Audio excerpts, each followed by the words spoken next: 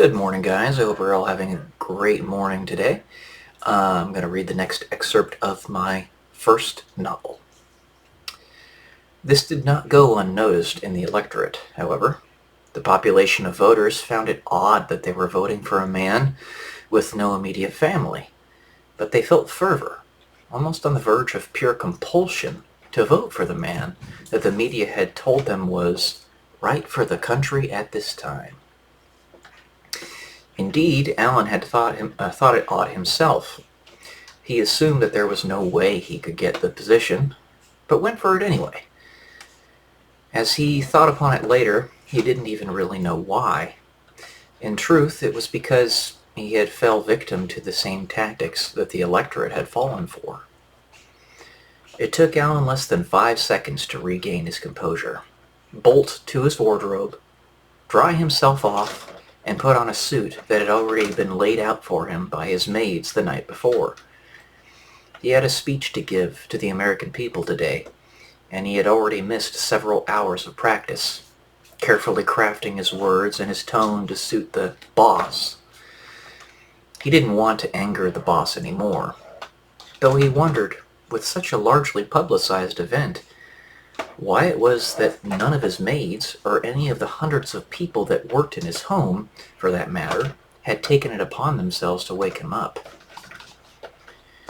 Waiting outside his bedroom, once he had gotten dressed and ready to his own level of satisfaction, his press aide was waiting for him along with a small army of secret service agents,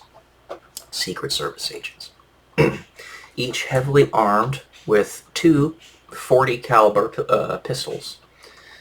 Upon this posse, Allen found himself defenseless, as if he were melting away, merely a face in the crowd. Though this posse was centered on him, and he was powerless to shake it. Especially since he knew that at least 2/3 of the members of his Secret Service protection were beholden to his boss and not to him. "Your speech has been prepared," said Victoria, his press agent. Victoria was not a threat to him at all.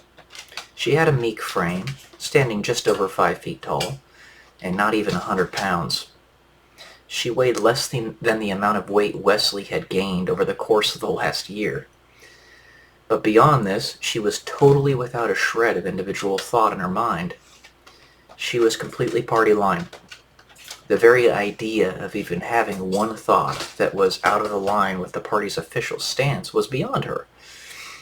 And those who brought up different perspectives to her were instantly written off as fodder to the machine of progress, as he would say.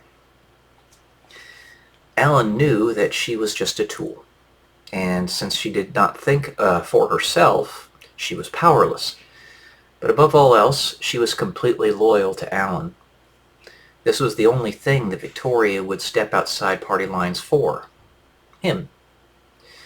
It was a loyalty that was without sophistication, without thought, but ultimately out of love. Or at least it seemed. "Can I see it?" Allen said, as he and his posse began walking. "Actually, sir, the writers have asked that you talk to them first before you read it." "Huh, that's interesting. Why's that?" "Well, sir, I don't even have your speech. I think it might be more sensitive than I'm supposed to know." "Sheesh, Victoria. Then you're supposed to know? Why are you saying that?" "Well, sir, I think it might have to do with what's going on in Iran right now." "Well, that does make sense. It's changing very rapidly over there. New information seems to come out every few hours. Maybe you're right. Maybe it's best that we wait before I get the information," said Allen. "President Scott, sir, can I ask you a personal question?" "Of course you can, Victoria. What is it?" "Sir, I know you have your reasons, but I was wondering why you left your room 3 hours later than I was told you were going to." "Oh, well, maybe some questions are best left unanswered," he said with a smirk and a sideways glance at Victoria. After he said this, Victoria's sallow face began to blush madly. Allen knew that she had no idea of what had actually happened, and he preferred she did not know. At a very young age, he had developed a keen ability to use insinuation and comedy to lighten the mood. This comforted those around him, but levied no comfort for him in his mind. And that's where I'll leave it for this one. I will come back to you guys tomorrow. Love y'all. Peace.